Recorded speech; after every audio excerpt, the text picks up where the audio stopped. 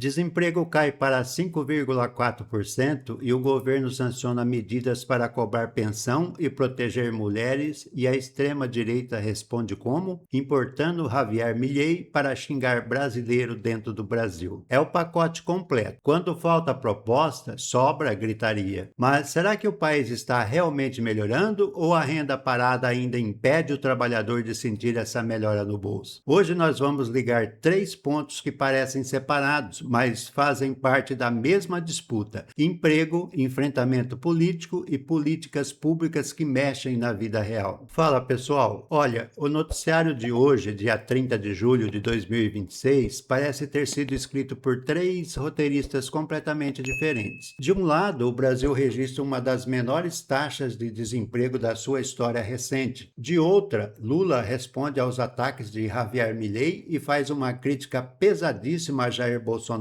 pela condução da pandemia. E no Palácio do Planalto, o governo sanciona medidas importantes para facilitar o pagamento de pensão alimentícia e aumentar a proteção às mulheres vítimas de violência. Economia, eleição e direitos sociais. Tudo acontecendo ao mesmo tempo. E tudo mostrando uma diferença básica entre dois projetos políticos. Um tenta apresentar medidas concretas. O outro continua apostando na provocação, no insulto e na guerra cultural permanente. Mas vamos por partes. Folha de São Paulo, o desemprego cai para 5,4%. A primeira notícia é daquelas que deixam uma parte da direita com uma dificuldade enorme de escolher o argumento. O desemprego caiu para 5,4% no trimestre encerrado agora em junho. É a menor taxa já registrada para esse período desde o início da série histórica da PNAD contínua em 2012. No trimestre encerrado em março, a taxa estava em 6,1%. A população ocupada passou de 103 milhões de pessoas, também um recorde. Isso representa aproximadamente 1 milhão e 100 mil trabalhadores a mais em comparação com o trimestre anterior. Já o número de desempregados caiu para cerca de 5,9 milhões e uma redução de 718 mil pessoas. E antes que apareça alguém dizendo que o IBGE foi infiltrado pelo comunismo internacional, vale lembrar, estamos falando da mesma metodologia usada para medir o desemprego em diferentes governos. Quando o número piora, a oposição diz que o dado prova o fracasso do governo. Quando melhora, começa a auditoria ideológica da calculadora. É conveniente, não é? Só que existe um detalhe importante. O crescimento do número de pessoas ocupadas foi puxado principalmente pelo grupo que reúne a administração pública, educação e saúde, com quase 489 mil novos trabalhadores. Segundo a reportagem, as contratações na educação pública tiveram participação importante nesse serviço. Outro setor que cresceu foi o de transporte, armazenagem e correios, com mais de 235 mil trabalhadores. Nesse grupo podem estar motoristas, entregadores e trabalhadores no transporte rodoviário. E aqui aparece uma questão que a direita costuma fingir que não existe. O Estado não serve apenas para cobrar impostos e preencher formulário. Quando existe investimento em escola, saúde, transporte e serviço público, também existe geração de trabalho, circulação de renda e atendimento à população. Professor contratado não é gasto inútil. Profissional de saúde não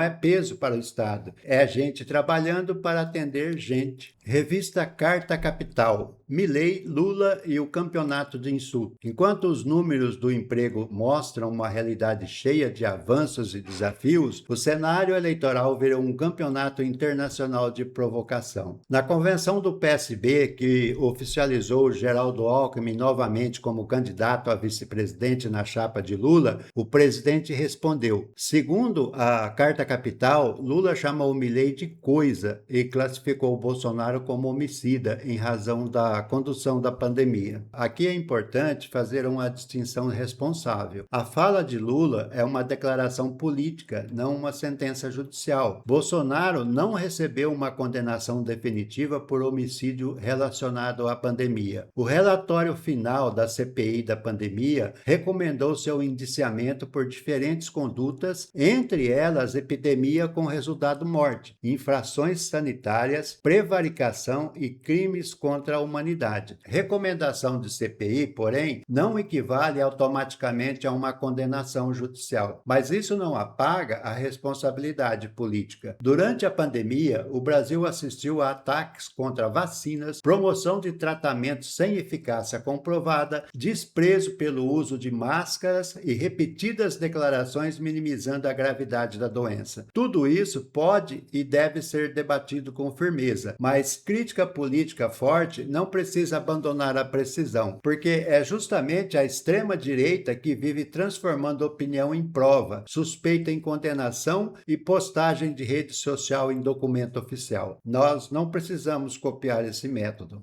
A convenção do PSB também oficializou Geraldo Alckmin como vice na chapa de Lula para a eleição de 2026. A parceria repete a composição formada em 2022 e representa a tentativa de manter uma frente política mais ampla contra a extrema-direita. Lula e Alckmin já foram adversários, mas hoje dividem uma chapa. Isso mostra que a política democrática também exige diálogo entre pessoas que não pensam exatamente igual. Poder 360, Pix Pensão e proteção às mulheres. Agora vamos à terceira notícia. Lula sancionou o chamado Pix Pensão, uma medida que permite o desconto automático de pensão alimentícia após decisão judicial. A proposta alcança também trabalhadores informais, profissionais autônomos e microempreendedores individuais. Antes, o desconto direto era aplicado com mais facilidade, principalmente nos casos de trabalhadores com carteira assinada. E já podemos imaginar o discurso de alguns influenciadores da extrema-direita. Ah, agora o Estado quer controlar até o Pix. Não, campeão. O Estado está tentando impedir que uma pessoa esconda a renda enquanto a outra fica sozinha com todas as despesas de alimentação, escola, roupa, remédio e transporte dos filhos. Pensão não é presente. Pensão não é bondade. Pensão é responsabilidade. Também foi sancionada a medida que obriga a divulgação do número do Ligue 180 em espaços de grande circulação, como aeroportos, centros comerciais e órgãos públicos. Além disso, foram assinados decretos para criar o Sistema Integrado Mulher Segura e regulamentar o monitoramento eletrônico de agressores nos casos determinados pela Justiça. São avanços importantes, mas nós precisamos fazer uma cobrança. Lei sem orçamento, equipe, tornozeleira disponível, delegacia preparada e resposta rápida pode virar apenas um belo arquivo de PDF. Para proteger uma mulher ameaçada,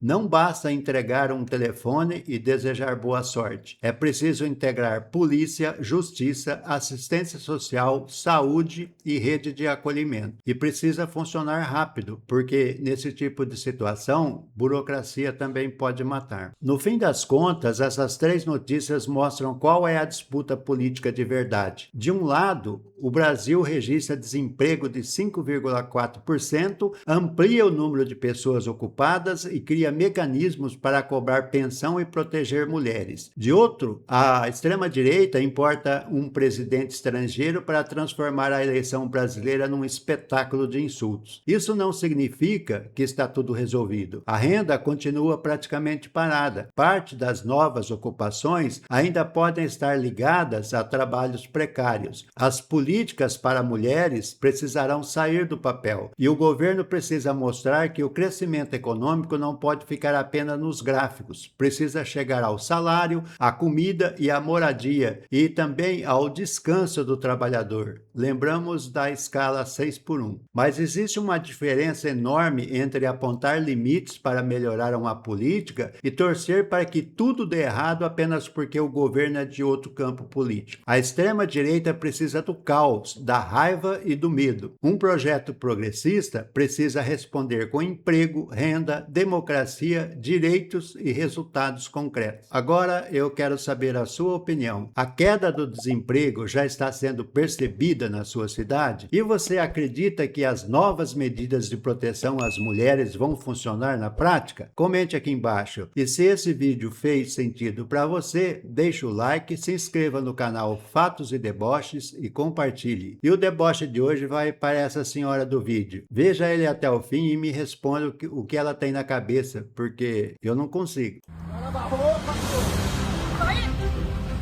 Quem quer ser roubado mais pelo Lula? Tem ainda quem quer ser roubado pelo Lula? Ou vamos querer o Brasil livre da corrupção, livre de bandido?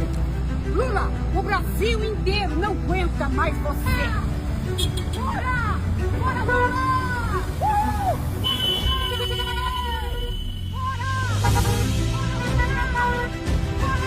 Fora, Lula! Aê! Aê! Fora, Lula! Fora,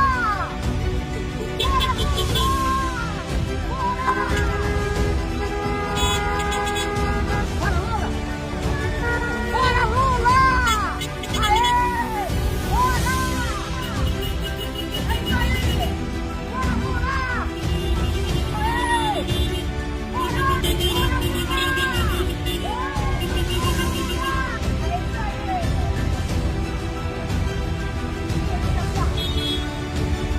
Aê!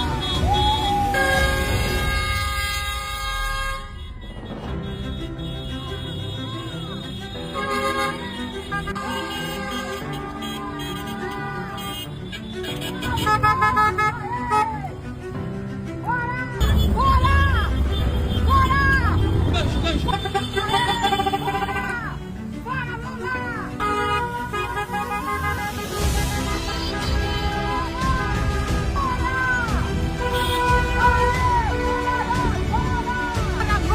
Queremos um país livre, livre da corrupção. É isso aí! Brasil! Ninguém aguenta mais Lula no poder. Fora Lula!